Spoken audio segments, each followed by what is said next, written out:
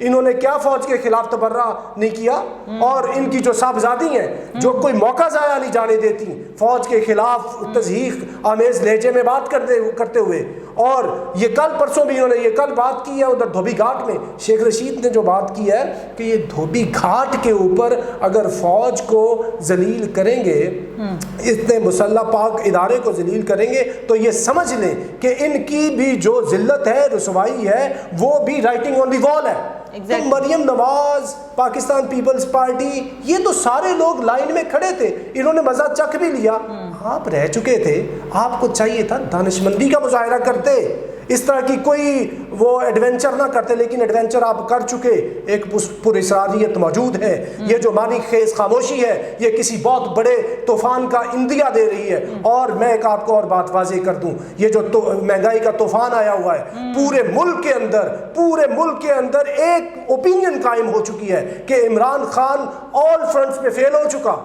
عمران خان کا فیلئر پوری پولیٹیکل جو لیڈرشپ ہے اس کا فیلئر ہے، because Imran Khan was considered last political option. یہ وہ سمجھا جا رہا تھا کہ یہ آخری امید ہے، لوگوں کی امید مر چکی. اور دیکھیں یہ جو قیمتیں بڑھی ہیں، یہ تو قیمتیں بڑھی ہیں پیٹرول کی، عالمی منڈی میں بڑھی، عالمی منڈی سے ادھر پیٹرول آتے اٹ ٹیکس ویکس، ادھر اناؤنسمنٹ ہوتی ہے اور ادھر فوری طور پہ قیمتیں بڑھا دی جاتی ہیں. اور دوسرا آپ یہ دیکھیں کہ پیٹرول کی قیمتیں بڑھ گئیں، ڈیزل کی بڑھ گئیں، پیٹرو کیمیکلز کی قیمتیں بڑھ گئیں. یہ سمجھ آتی ہے یہ دال، آٹا، چینی، گھی اور باقی جو ساری پروڈکٹس ہیں ان کی قیمتیں کیوں بڑھتی جا رہی ہیں؟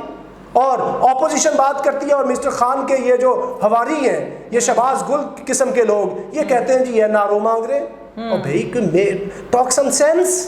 Yes, since the first day you are talking this. کوئی انارو شنارو وہ سائڈ کی بات ہے، آپ پرفارم کریں.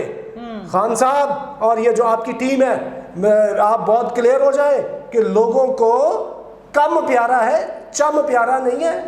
آپ کتنے ہینڈسم لگتے ہیں، کتنے خوبصورت ہے، یہ لوگوں کو نہیں ریکوائرڈ. آپ نے کیا کیا ہے؟ 3 سال ہو چکے، لوگ جو ہے بالکل پبلک اوپینین آپ کے خلاف بالکل کھڑی ہو چکی. اور DGI کی تقرری کے معاملے کے اوپر آپ نے خود کش حملہ کیا ہے، اپنے اوپر کیا ہے، اور اس سے ادارہ انڈرمائن نہیں ہوگا. ادارے نے اس طرح کی بڑی چیزیں دیکھی ہیں، اور انڈرمائن ہوں گے تو آپ ہوں گے. اور ابھی یہ جو اپوزیشن، اور دوسرے ایک اور بات بتاؤں آپ کو، یہ بلاول بھٹو زرداری صاحب بات کرتے ہیں. میں یہ نہیں کہہ رہا کہ خان صاحب جو ہے ابھی وہ فیل ہو رہا ہے یا وہ فیل ہو چکا ہے تو دوسرے کامیاب ہے. دوسرے کے پاس کون سا کولا دین کا چراغ ہے؟ کتنی انہوں نے ٹرمز اپنی گزار لی، کتنے ان کو موقع دیے گئے، انہوں نے کیا کیا ہے؟ یہ سارے لوٹرز ہیں، دے آر کرمنلز. اور ایک اور بات سن لیں آپ لوگ، بالکل میں آپ کو اپنے تجزیے اور اپنے یہ تجربے سے کہہ رہا ہوں، لوگوں کی پورے کی پوری پولیٹیکل ایلیٹ سے لوگ جو ہے ڈس اپوائنٹ ہو چکے ہیں. اور یہ آگے کچھ عرصے کے اندر یہ پورے کا پورا جو سسٹم ہے یہ وائنڈ اپ ہوتا ہوا نظر آ رہا ہے، کیونکہ ان کو کتنی دفعہ آزما لیا. اور یہ تھرڈ فورس تھی خان کی شکل میں، تھرڈ فورس بھی آزما لی گئی. یہ تھرڈ فورس تو ہیومیلیٹنگ اور ایک بہت ہی زیادہ، یعنی کہ انہوں نے ڈس اپوائنٹنگ ڈبیکل کا مظاہرہ کیا ہے. اور آ کے جو ادارہ گیا تھا، جو آپ کے لیے گالیاں سنتے رہے سلیکٹر کی، ان کے خلاف بھی آپ آ گئے.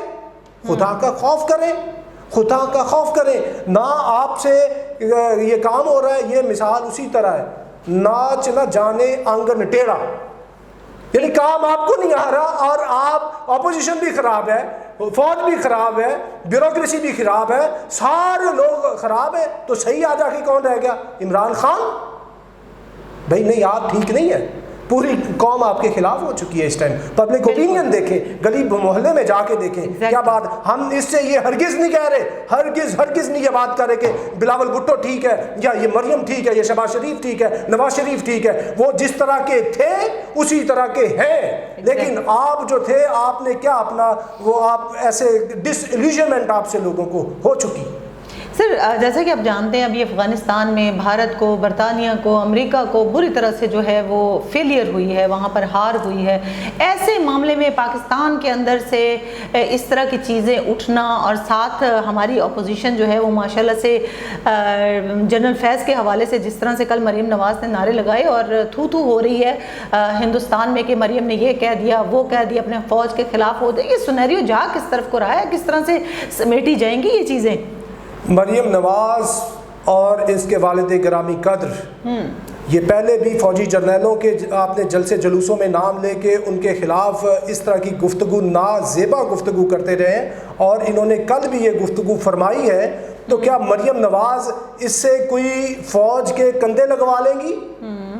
اور یہ جو فوج کو افغانستان کے اور ریجنل چیپٹر کے اوپر آپ نے بات کی ہے، یہ فوج کو کامیابی ملی ہے، یہ ISI کو کامیابی ملی ہے، یہ پاکستان کو کامیابی ملی ہے، یہ پورے خطے کو کامیابی ملی ہے کہ ادھر سے گنڈے بدماش نکلے ہیں. اور اس صورت میں اگر یہ انڈرمائن کرنا چاہے مریم نواز تو یہ کل بھی کامیاب نہیں ہوئی تھی. اور یہ خوش کرتی ہے صرف اور صرف یہ انڈیا کو، خوش کرتی ہے دشمنان پاکستان کو. اور مریم نواز کیا سمجھتی ہے کہ عمران خان اگر فیل ہو رہا ہے تو یہ کل کو کامیاب ہو کے وزیر اعظم بن جائے گی فوج کو گالیاں دے کے؟ سوال ہی پیدا نہیں ہوتا. یہ انہوں نے کل بھی فوج کے خلاف یہی زبان استعمال کی تھی. مریم کیا بات کرتی ہے بھلا؟ مریم یہ کہتی ہے، نعرے ادھار لیتی ہے کس سے؟ دشمنان پاکستان سے. دشمن پاکستان وہ جو PTM والا ہے منظور پشتین، وہ نعرے لگواتا ہے یہ جو دہشت گردی ہے اس کے پیچھے وردی ہے. اور مریم کیا نعرہ لگواتی ہے کاپی مارتے ہوئے؟ وہ کہتی ہے یہ جو غنڈہ کرتی ہے اس کے پیچھے وردی ہے. تو کیا مریم کل کامیاب ہو سکی؟ یہ نہیں ہو سکے گی. آئی رائٹ آن اسٹیمپ پیپر، اگر یہ چاہے کہ فوج کو للکار کے دھتکار کے تضحیک کر کے یہ وزیر اعظم پاکستان بن سکے گی تو سوال ہی پیدا نہیں ہوتا. سوال ہی پیدا نہیں ہوتا، کیونکہ وزیر اعظم پاکستان وہ ہوگا. بہت امپورٹنٹ بات ہے، میں آپ کو بتا دوں کہ جو پاکستان کی سیکیورٹی کا ضامن ہوگا، جو پاکستان کے انٹرسٹ کو دیکھے گا، جو پاکستان کے نیشنل انٹرسٹ کا کسٹوڈین ہوگا. لیکن یہ مریم کیا کرتی ہے؟ انڈیا کو خوش کرنے کے لیے ہر وہ کام کرتی ہے جس سے انڈیا خوش ہو، اس سے پاکستان کا نقصان ہو، آرمی کا ہو، ISI کا ہو، پاکستان کی نیشنل انٹرسٹ کا ہو. تو کیا یہ سارے کام کر کے اتنی زیادہ یہ طاقتور ہو چکی؟ ٹھیک، سوال ہی پیدا نہیں ہوتا. مریم کو چاہیے کہ یہ جو سچویشن بن رہی ہے اپوزیشن کی فیور میں ہے، یہ تھوڑا سا اپنے آپ کو ٹون ڈاؤن نہیں کر سکتی کیا؟ اس کو ٹون ڈاؤن کرنا چاہیے. She should review. اور اگر یہ کہے گی ایسے للکار کے اور یہ دھاڑ کر فوج کو اور تضحیک کر کے جرنیلوں کی جلسوں کے اندر دھوبی گھاٹ کے اندر اس طرح کر کے تو یہ کامیاب ہو جائے گی، ہو سکے گی، وزیر اعظم بن سکے گی.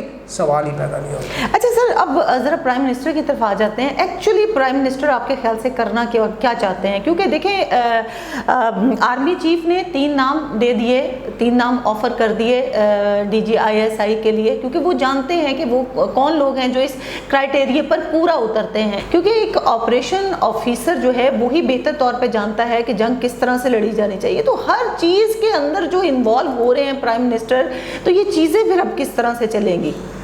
یہ جو آپ کہہ رہی ہیں نا جی عمران خان کرنا کیا چاہتے ہیں، آپ نے یہ کہا کہ وہ جو فوج ہے اس کو کیسے چلانا ہے یہ جو فوج کا باس ہے اس کو پتہ ہے.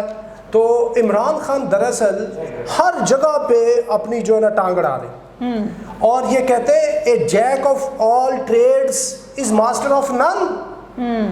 Imran Khan is trying to become a jack of all trades but he has expertise in none of all those things. نہ بیوروکریسی ٹھیک ہو سکی ان سے، بقول ان کے یہ کہتے ہیں کہ جی بیوروکریسی کام نہیں کرتی.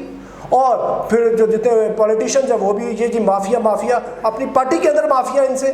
عمران خان دراصل ایک ہی یلغار کے اندر، ایک ہی جست کے اندر سب کچھ ٹھیک کرنا چاہتے ہیں کہ عشق کی ایک جست نے کر دیا قصہ تمام، اس زمین و آسماں کو بے قرار سمجھا تھا میں.